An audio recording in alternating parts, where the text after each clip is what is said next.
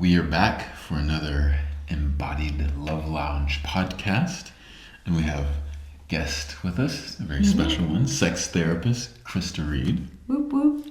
And we are going to be going into the do-me's and don't-me's of play parties. Yes, otherwise known sometimes as sex parties. Mm-hmm. Play party, sex party. Well, let's start off then. Well, what is a play party, sex party? Is there a difference? Absolutely. So, play party, a sex party, any event where people are getting together to intentionally or unintentionally share sexual experiences. There's a whole range of different styles of them. I would say a play party could be less explicit and might encompass a wider range of activities such as kink, BDSM, sensuality, Tantra, and a sex party would indicate maybe a more explicit event where there might be direct physical contact with genitals, more clothing being removed, things like that. That sounds awesome. Mm-hmm. Thanks for clarifying. And why would a person go to one of these? Well, why? So many different reasons. Somebody might go to these because of the wow factor. When you hear the word sex party, that might be a big eye-popping moment of Exactly. oh my gosh, what is that? Smell like Tupperware. I've read about that in naughty books. But I would love to experience it. Yeah. And somebody might go to it because it's their community where they get to feel freely sexually expressed and have other non-judgmental people around them, where there's freedom to be naked, to be sometimes engaging in ethical non-monogamy or polyamory in those spaces, or swinging even. And other reasons are people might just be curious to kind of open their eyes to what other sexual experiences are out there. And sometimes it's a surprise because of my career, I've been invited to parties, but in the beginning I didn't know what I was getting involved with. I'd just be invited to come to this party. It's New York City. I'm like, okay. I'm like, oh, this kind of party. So I wasn't totally prepared for the experience. So they didn't give you full informed consent? Oh, no, I was not informed whatsoever. I just thought it's a New York party. This is how they party in New York. Yeah. Well, hopefully we'll talk about that more of the do's and don'ts of Exactly. how to watch out for what kind of play party to go to. Yes. Well, I remember the first one that I had gone to was, it had I would imagine, it was just kind of like a bunch of people in a pile on the floor, but instead it had this kind of booth theme, and so there was just a large variety of there were people that were playing with wax in one corner, other were doing stuff with electricity, there was a tantra corner, there was an impact corner, there was a claws with metal claws corner, so each corner of this almost upstairs and downstairs, what was a warehouse, had been transformed into sort of like a little carnival where you'd go to each booth, and it wasn't really a booth because it was more of a corner, and you just see very different things going on. And it was really interesting too, because there were some things that you'd never even think of before, and you got to go, oh, is that me? Is that not me? Is this interesting? Do I want to be tied up? Do I want to be dunked underwater? It was quite interesting. Crista, Learning experience.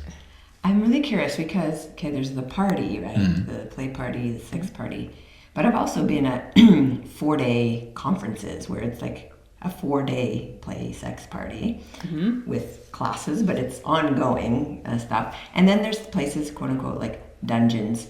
So can you explain a little bit, what is that spectrum? What's going on there? Yeah. Well, I think you both just introduced some really great examples. Cited it sounds like, the more glamorized, kind of the exclusive VIP, you don't really know what you're getting into. Is it VIP sex party thing?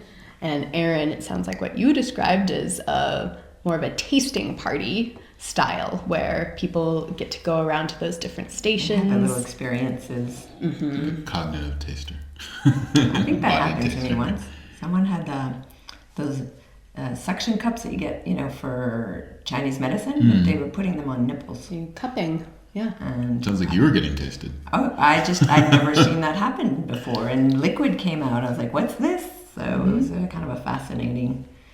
I thought it was just friendly. That experience was actually nice because when there was these little kind of stations, then you can just play. Someone was spanking, and I was like, okay, let's see how you spank, and they're kind of moving around. But everything is invitation and consensual. Yeah, and that's one of the really important parts is how comfortable attendees feel, regardless of the structure of the event, because there are definitely spaces you can enter into that are more of that orgy feel where everyone is kind of naked together, and it's very much about the group participation, and hopefully a skilled facilitator or space holder is enrolling participants to a positive experience, and a big part of that is the permission to step out of the orgy experience. And that's why those tasting style type of events where, you know, most people are going to be fully clothed or being observers. A great word for that in sex party land is to be a voyeur, which means to be watching. And I always love to say voyeurism is participation. I learned that from one of my dear friends, Reid Mahelko, who is a sex educator and play party host himself. And other styles would be like, what else did you mention? Well, the dungeons. There's dungeons, and then I also had an eyes wide shut experience where it was full men and men in tuxedos. The ladies could be in full lingerie or ballroom gowns. That was the range at that party with very strange little. They had all kinds of strange little things going on where some women were just walking around naked but wearing these wild masks, and you never saw their faces. So very curious. Then you also have the swinger club. Yeah, swinger clubs. Had one in Denver, and that's where I had a lot of my coming into the sex party world personal experiences. Was at a swinger club in Denver. I think I accidentally walked into a recruiting party for one of those things in Orlando. Oh. I ended up on a rooftop party with the woman who runs my company, and she's very religious. We didn't know. And we're dancing, and then I started to realize where we were and what was going on, but she was oblivious. And she's like, oh, they're all so nice. And Saida, they invited us to a party later. And I'm like, yes, you don't want to go to that party. So, we didn't realize that it was a place where everyone was wearing all kinds of upside-down pineapples shirts. Yeah, upside down pineapples, for those who don't know, in the swinger community are a symbol of, hey, I would like to swing with you. Yeah. Well, what would you say then are some of the different themes that someone might encounter when going to these different types of booths or tasters? At a tasting party? Yeah. Themes? Well, you already mentioned a lot of them. So, common tasting party experiences would be anything from different types of sensual touch, like anything as light as feathers, to soft fur, to just there's these spiky wheels called Wartenberg wheels that create a really amazing prickly sensation on the skin. Claws, you said. Maybe some rope. Shibari rope, which is the Japanese art of rope tying, or other rope suspension. That's usually a huge crowd pleaser. A lot of people love getting tied up. A lot of other people love to learn tying. Impact play is another great one. Using a flogger or other paddles or impact toys, and that's a really amazing sensorial one as well as one to watch just because of the dynamic action. And often somebody will be bent over with their booty sticking out for that to happen. So I love just your deeper insight, because I know for me and some of the people I know, just the idea of it, in the past for me, it was scary. It was weird things happen there, weird people go there, and I'm not going to be safe. Could you just speak to that a little bit? Because I know you create a lot of safe experiences in your past, and you've been to safe places, so I'd love to hear more on that. Absolutely. Yeah, it can be really nerve-wracking going to a play party for the first time. It's likely an experience that the majority of people on this planet are not going to have in their lifetime. Yes. And we're among a special bunch, even you listening to this podcast right now, to be entertaining the idea or be experimenting with this sort of thought. So I first of all would just say, like, Saida, yes, it's so comfortable. It's like so normal to be nervous going to a play party. Yeah. And all sorts of people go to play parties. What if I'm like super normal and vanilla? Can I still go? You can still go, and guess what? You don't have to do anything you don't want to do. You can just watch. And that's also one of the green flags to look out for. If you're ever in a play party space, a sex party space, and you feel pressure to interact or be sexual in a way you don't want to be, that should not be happening. And I'm giving you permission right now to leave that party. Yes. If you ever end up in that situation. Yes, I think that's very, very important, is to come in with your sovereignty. Have a look. You might feel uncomfortable. You might feel excited. There's all kinds of sensations that can move through. But if at a moment you're just really not feeling like it's for you, you can just bow out. Absolutely. And one of the ways to really set up an experience where you're hopefully not going to want to walk out of the party because you're enjoying yourself. We want you to enjoy yourself. We want you to have increased pleasure in these environments. That's why the facilitators put in so much care in creating them, is having some sort of opening space to set the tone and set the expectations and hopes for the evening. So coming in with, we like to say, a high possibility, low expectation environment in these play party Say more settings. about that, please.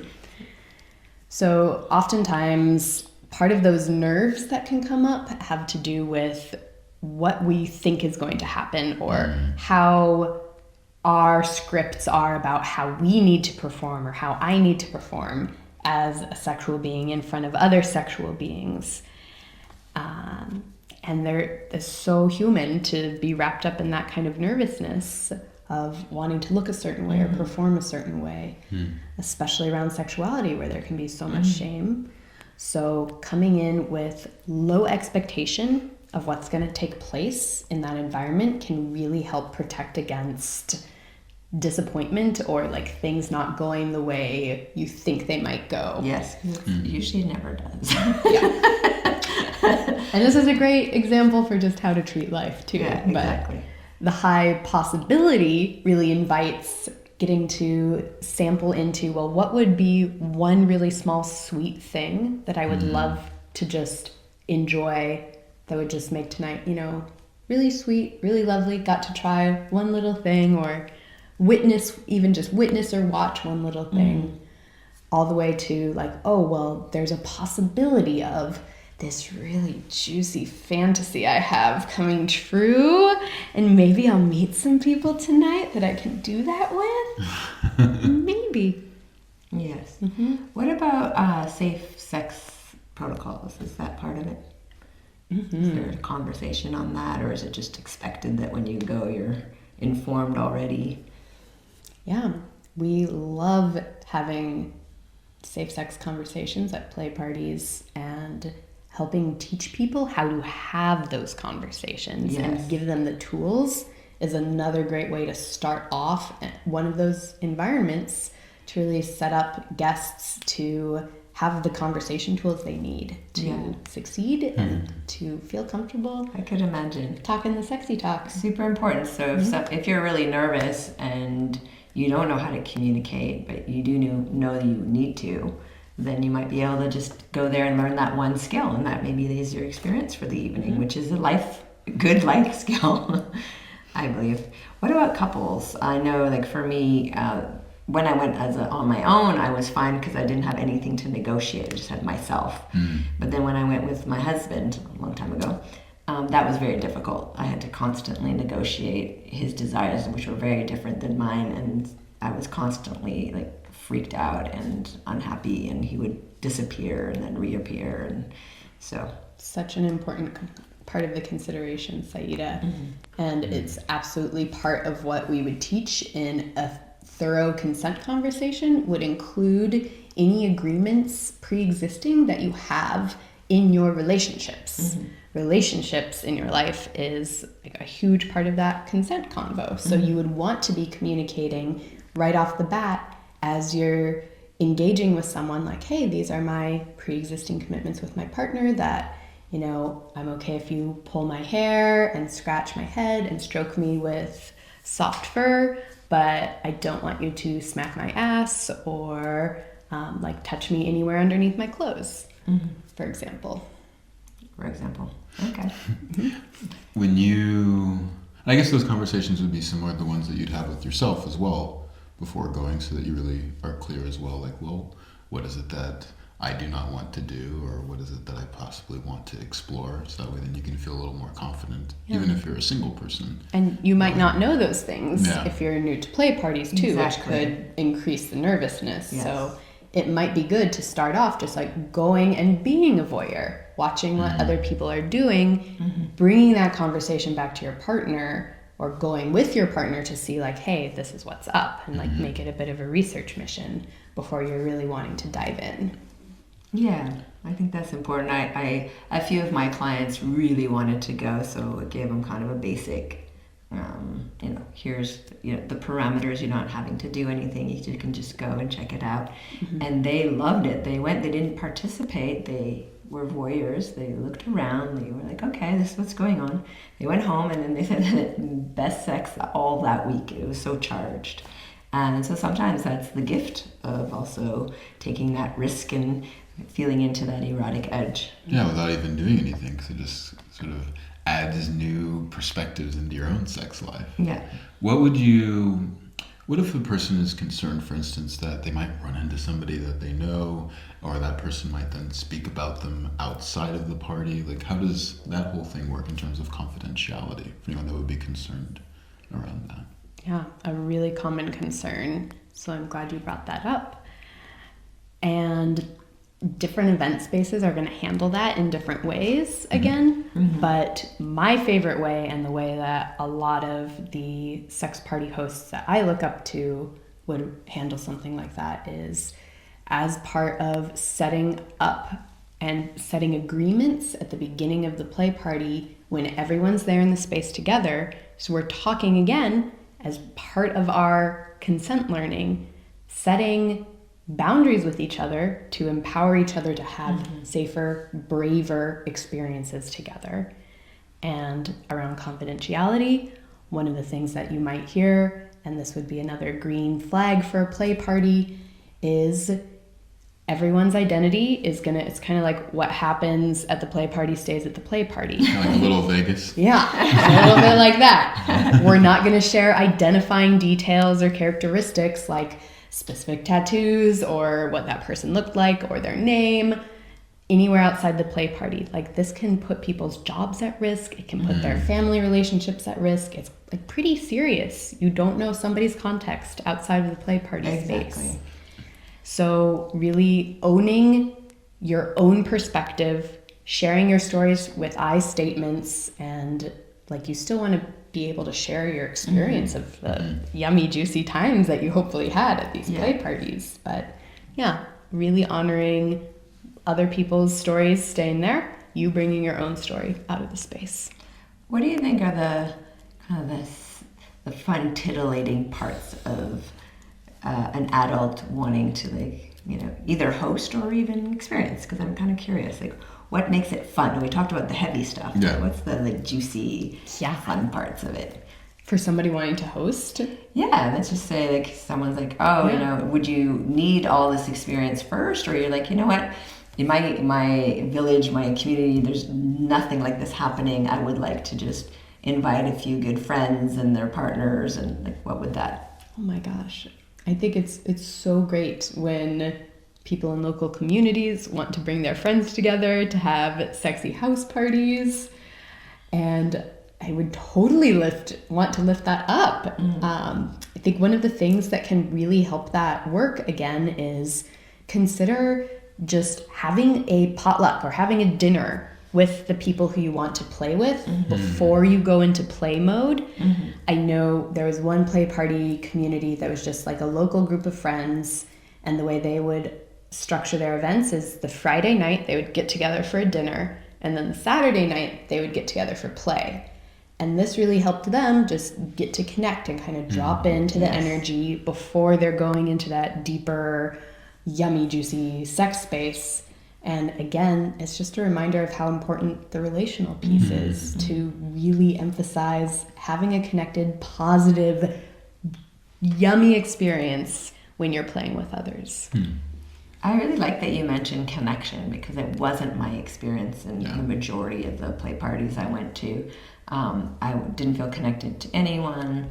I was being pushed and forced to like do something sexual, which I didn't want to do. I was happy just to like let people do their thing, but I didn't want to participate.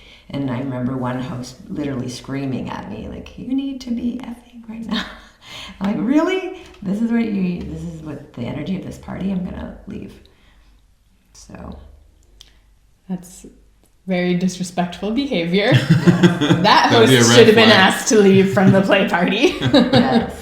Yeah. But I'm mentioning it only because there is a spectrum, and I want our listeners to like understand, like you don't have to stay in a situation that's not properly hosted. Crista laid out some really great guidelines. I never experienced a party that had those. You're For just setting up the agreements. you're kind of just randomly stumbling into this thing with a bunch of strangers, and there's no moment where everyone's kind of brought together, and there's nothing. It's just stuff is happening. An invisible gong goes off, and all of a sudden, for me, like everyone around me started having sex. I'm like, I didn't hear the go bell. Like, what's going on? And you didn't know the rules. I didn't know the rules. I didn't want to engage. Like, it was very strange experience. Well, before we go into the explicit side of the explicit, podcast, is there then sort of like a time limit or a container that people can arrive and go, or is that not, I mean, is there sort of an open door people can just flow in and out? Yeah, again, really context dependent. So some larger events or some events will just kind of be open door, and maybe like the ones you're mentioning, Saida, I'm not sure, where people can kind of flow in and out, and there's no formal start. Yeah.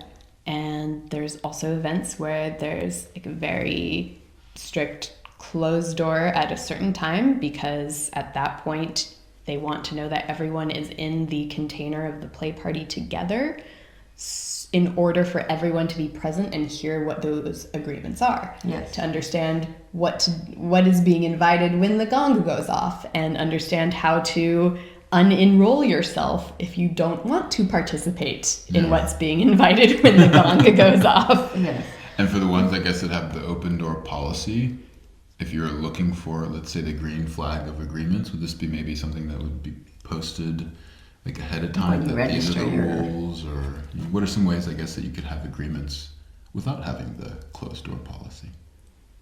Yeah, some events might have agreements listed in the event description.